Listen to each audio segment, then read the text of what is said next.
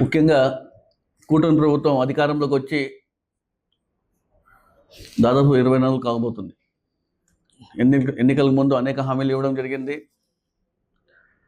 ప్రజల్ని ఏ విధంగా మభ్యపెట్టి అధికారంలో వచ్చిన విషయం కూడా అందరికీ తెలిసిన విషయమే.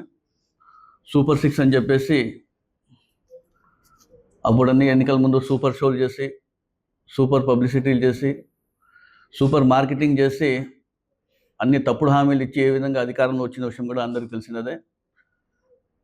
అదేవిధంగా అధికారంలో వచ్చిన తర్వాత రాష్ట్రంలో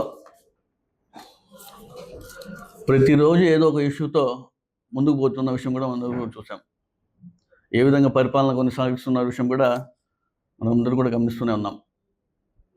ఏదో ఒక ఇష్యూతో ఈ మధ్యకాలంలో చూసుకుంటే లడ్డు సంబంధించి కావచ్చు, లడ్డూలో కల్తీనే సంబంధించి కావచ్చు, రాష్ట్రంలో శాంతి భద్రతల విషయంలో కావచ్చు, ఏదైతే అంబటి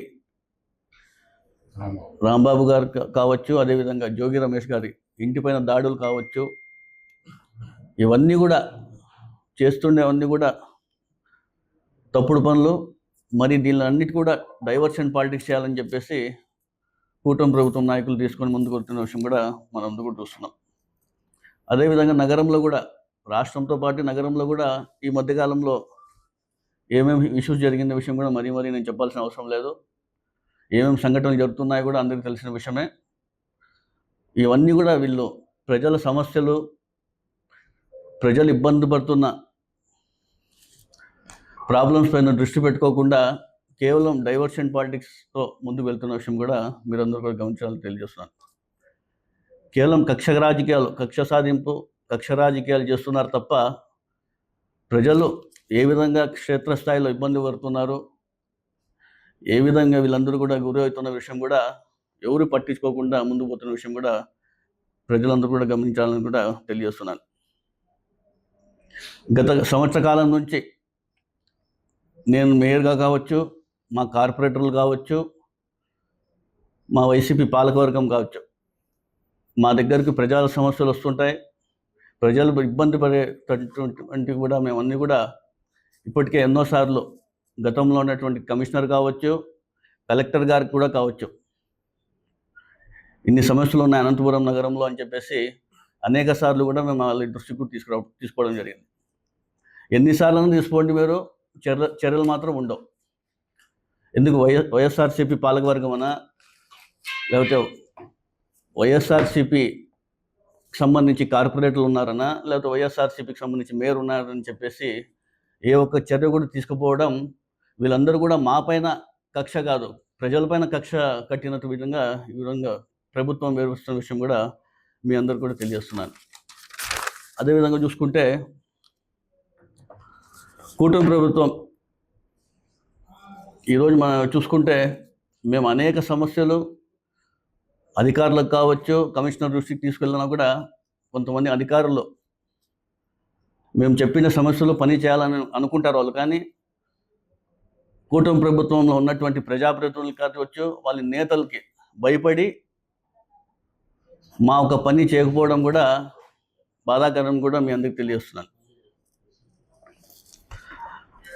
ఈరోజు మన నగరంలో చూసుకుంటే ప్రజలందరూ కూడా వివిధ రూపాల్లో ట్యాక్స్ కడుతుంటే ఈరోజు మేము వాళ్ళకి బేసిక్ కమ్యూనిటీస్ కూడా కల్పించలేకపోతున్నామంటే కూడా ఎంత దౌర్భాగ్య పరిస్థితుల్లో ఈరోజు కూటమి ప్రభుత్వం ముందు కూడా మీరందరూ కూడా ఒకసారి గమనించాలని తెలియజేస్తున్నాను. ముఖ్యంగా చూసుకుంటే అనంతపురం నగరంలో పారిశుద్ధ్యం ఎంత అధ్వానంగా మారిందో కూడా ఒకసారి అందరూ గమనించాల. చాలా దారుణంగా ఉంది పారిశుద్ధ్యం అయితే కూడా.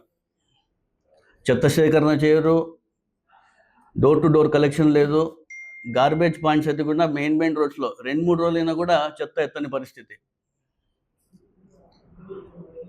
అదేవిధంగా 36 రెంటెడ్ ట్రాక్టర్స్ కూడా తీసుకురావడం జరిగింది. అవి కూడా సరిగ్గా తిరుగుతున్నాయంటే అవి తిరగడం లేదు. ఎందుకంటే శానిటేషన్ ఇన్స్పెక్టర్స్, సెక్రటరీని అడిగితే సార్ డీజిల్ సరిగ్గా ఇవ్వడం లేదు, సరిగ్గా ట్రాక్టర్స్ రావడం లేదని చెప్పేసి ప్రజలందరూ కూడా ఇంట్లోనే 2-3 రోజులు చెత్త సేకరణ జరగకపోయినప్పటికీ రోడ్డులో వచ్చి చెత్త వేయడం కూడా ఏ విధంగా ఉందో కూడా ప్రజలందరూ ఒకసారి గమనించాలని తెలియజేస్తున్నాను. అదేవిధంగా గతంలో చూసుకుంటే వైఎస్ఆర్సీపీ ప్రభుత్వంలో క్లాప్ ఆటోస్ అని ఉండే, ఎక్కడ ఇంత సమస్య లేకపోయిండే. ఇంటింటి చెత్త సేకరణ జరుగుతుండే, శానిటేషన్ సమస్యలు లేకపోయిండే. ఇవన్నీ కూడా ప్రజలు గమనించాలా. కూటమి ప్రభుత్వానికి కేవలం డైవర్షన్ పాలిటిక్స్ తప్ప ప్రజల సమస్యలు ఒకటనా పట్టించుకుందామనేసి కూడా ఒక్కరికి కూడా లేదని కూడా ఈ సభాముఖంగా కూడా నేను తెలియజేస్తున్నాను. కాలువలు తీయడం లేదు, మెయిన్ రోడ్స్లో కూడా స్వీపింగ్ సరిగ్గా జరగడం లేదు. ఈరోజు చంద్రబాబు నాయుడు గారు చూస్తే సాసా స్వచ్ఛాంధ్ర స్వర్ణాంధ్ర అని చెప్పేసి ప్రతి థర్డ్ సాటర్డే ఒక ప్రోగ్రాం ఏర్పాటు చేస్తారు. ప్రజాప్రతినిధులు, కూటమి ప్రభుత్వానికి సంబంధించిన ప్రజాప్రతినిధులు, నేతలు వచ్చి ఒక అర్ధగంట ప్రోగ్రాం ఉంటుంది. అక్కడ అధికారులన్నీ కూడా పరకలు, గ్లౌజులు, ఆ డస్ట్బిన్లు అన్నీ పెట్టి ఏందో కొంతసేపు పూర్తి చేసినాక అవన్నీ ఎత్తేసి ఫోటోషూట్ చేసుకొని వెళ్ళిపోవడం. నగరం చూస్తే ఈరోజు ఎంత దారుణ పరిస్థితులను కూడా ప్రజలందరూ కూడా ఒకసారి గమనించాలని మరీ తెలియజేస్తున్నారు. దాదాపుగా సంవత్సరం పైన అయింది. ఒక ఎంహెచ్ఓని నియమించలేకపోతున్నారు. ఇక్కడ ఉన్నటువంటి గతంలో ఉన్నటువంటి కమిషనర్ కావచ్చు, ఇక్కడ ఉన్నటువంటి ప్రజాప్రతినిధి కావచ్చు, ఒక ఎంహెచ్ఓని నియమించలేకపోతున్నారంటే ఎంత దౌర్భాగ్య పరిస్థితి ఉన్నట్టు అనంతపురం కార్పొరేషన్ కూడా మీ అందరికీ తెలుస్తున్నాను. అదేవిధంగా చూసుకుంటే ఇంజనీరింగ్ సెక్షన్కి సంబంధించి చూసుకుంటే మనం మా పాలకవర్గంలో అనేక అభివృద్ధి కార్యక్రమాలకు మేము శాంక్షన్స్ ఇవ్వడం జరిగింది. అనేక టెండర్లు కూడా పిలిచడం జరిగింది. గతంలో అన్ని పనులు అయినాయి. కూటమి ప్రభుత్వం రాకముందు ఎన్నో పనులు శాంక్షన్స్ చేశాం. శాంక్షన్స్ అయిన వెంటనే కూడా ఎన్నో పనులు అభివృద్ధి కార్యక్రమాలు కూడా చేశాం. కానీ ఇప్పుడు శాంక్షన్స్ అయినట్టు కూడా టెండర్లు పిలిచి సంవత్సరంన్నర 2 సంవత్సరాలు అయినా కూడా ఇప్పుడు కూడా పనులు చేయకపోవడం అంటే ఎందుకు వీళ్ళకి ఎక్కడ ఇబ్బంది కలుగుతుందో కాంట్రాక్టర్లు కూడా తెలియని పరిస్థితి. ఈరోజు ఏవో దాంట్లో కొన్ని పనులు ప్రారంభించినా కూడా కొంచెం పని మొదలు పెడతారు, 2-3 నెలలైనా కూడా మరి ఆ పని పూర్తి చేయని విషయం. ఈరోజు మన గుల్జార్పేటలో చూసుకుంటే ఏ విధంగా ప్రజలు ఇబ్బంది పడుతున్న విషయం కూడా ప్రజలను ఒకసారి గమనించాలి. హౌసింగ్ బోర్డులకు సంబంధించి కూడా రోడ్ ఇప్పుడు నిన్న మొన్న మళ్ళీ ప్రారంభించారంట. దాదాపుగా 2 నెలల పాటు దాన్ని ఆపేశారు. ఈ మధ్యకాలంలో ప్రజలు ఎంత ఇబ్బంది పడతారో అనే కొంచెం కూడా ధ్యాస లేని పరిస్థితి కూడా ఈరోజు అధికారులు కావచ్చు, కూటమి ప్రభుత్వం సంబంధించిన నేతలు కావచ్చు కూడా గమనించాలని కూడా తెలియజేస్తున్నాను. రామ్నగర్లో కూడా సంబంధించి అండర్ ఫ్లైఓవర్ కింద కూడా ఏదో డిమార్ట్కి సంబంధించి అక్కడి చేశారు. భూమి పూజ కార్యక్రమాలు చూస్తే ఇంకా చెప్పకూడదు.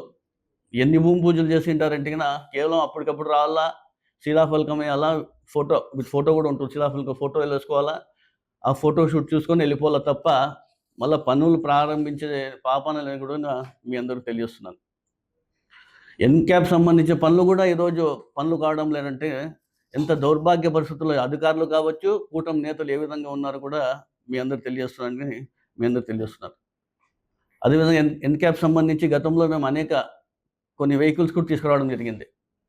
స్వీపింగ్ మిషన్ కావచ్చు, ఆ స్ప్రేయింగ్ మిషన్ కావచ్చు, ఇంకా కొన్ని ట్రాక్టర్స్ కావచ్చు, అవన్నీ తీసుకురావడం జరిగింది. అది కొన్ని ఉపయోగంలో ఉన్నాయి. కొన్ని డ్రైవర్స్ని వీళ్ళు నియమించలేక అవి కూడా పక్కన పెట్టిన విషయం కూడా అధికారులు కావచ్చు, కూటమి నేతలు కూడా ఇవన్నీ గమనించాలని ప్రజలు కూడా తెలియజేస్తున్నాను. ఇంకా టౌన్ ప్లానింగ్ సంబంధించి చెప్తే కూడా నేను చెప్పాల్సిన అవసరమే లేదు. టౌన్ ప్లానింగ్ అంటేనే మన రాష్ట్రంలోనే ఒక మంచి పేరు ఉంది. అనంతపురం మున్సిపల్ కార్పొరేషన్లో టౌన్ ప్లానింగ్కి మంచి పేరు. ఏ ఒక అధికారి అయినా అక్కడి నుంచి రావాలంటే కూడా అనంతపురం అంటే 2 చేతులు దండం పెట్టి అనంతపురం అయితే మేము రావని చెప్పి కూడా తెలియజేసే పరిస్థితి. ఇంకా ఎవరైనా పొరపాటుగా ఇంకా ప్రెషర్తో ఇక్కడ వచ్చినారా, ఇక్కడ ఉండే కొంతమంది అధికారులు వాళ్ళకి బెదిరించి వెళ్ళిపోయే వరకు వదిలిపెట్టరు. అలా పరిస్థితి అనంతపురంలో టౌన్ ప్లానింగ్కి సంబంధించి.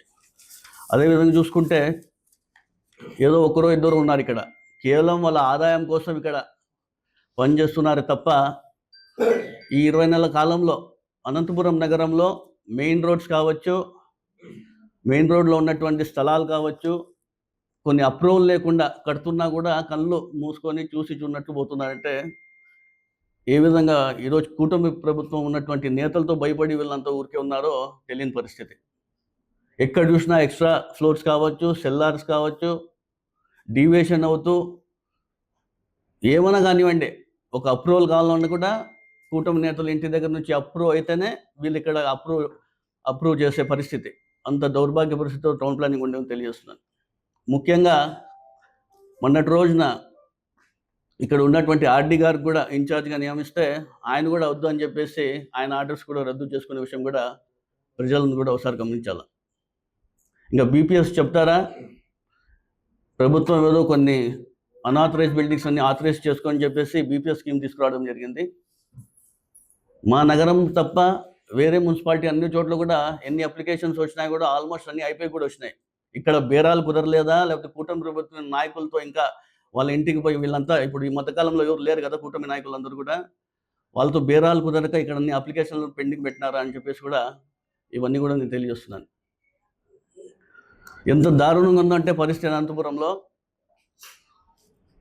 వీళ్ళందరూ కూడా వీళ్ళపైన చర్యలు తీసుకోకపోవడం ఎందుకు అంటే కూడా కూటమి ప్రభుత్వంలో ఉన్నటువంటి నాయకులందరూ కూడా వీళ్ళకి సహకరిస్తున్నారు కాబట్టి ఈరోజు ఏ ఒక్క చర్య కూడా తీసుకోకపోవడం కూడా ఎంత దౌర్భాగ్య పరిస్థితులు కూడా ప్రజలందరూ కూడా ఒకసారి గమనించాలని తెలియజేస్తున్నారు.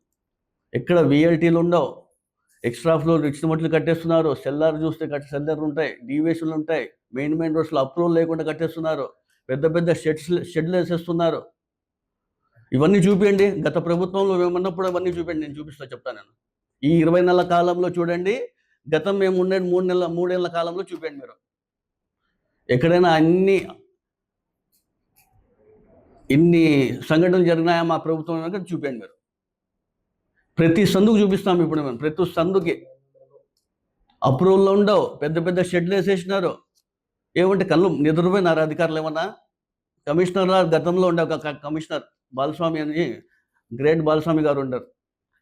అనంతపురం నగరాన్ని సర్వనాశనం చేసినాడు. ఆయన సర్వనాశనం చేసినాడు అనంతపురం నగరాన్ని, బాలస్వామి అని గత కమిషనర్ ఉండే ఇక్కడ. అదేవిధంగా కలెక్టర్ గారికి కూడా మేము పదే చాలాసార్లు మెసేజ్లు కూడా చేశాను ఆయనకి. మా కార్పొరేటర్లు మేము అందరూ కూడా రిప్రజెంటేషన్ కూడా ఇచ్చొచ్చాం, ఆయన కూడా రెస్పాండ్ కాకపోతే చాలా బాధాకరంగా తెలియజేస్తాను.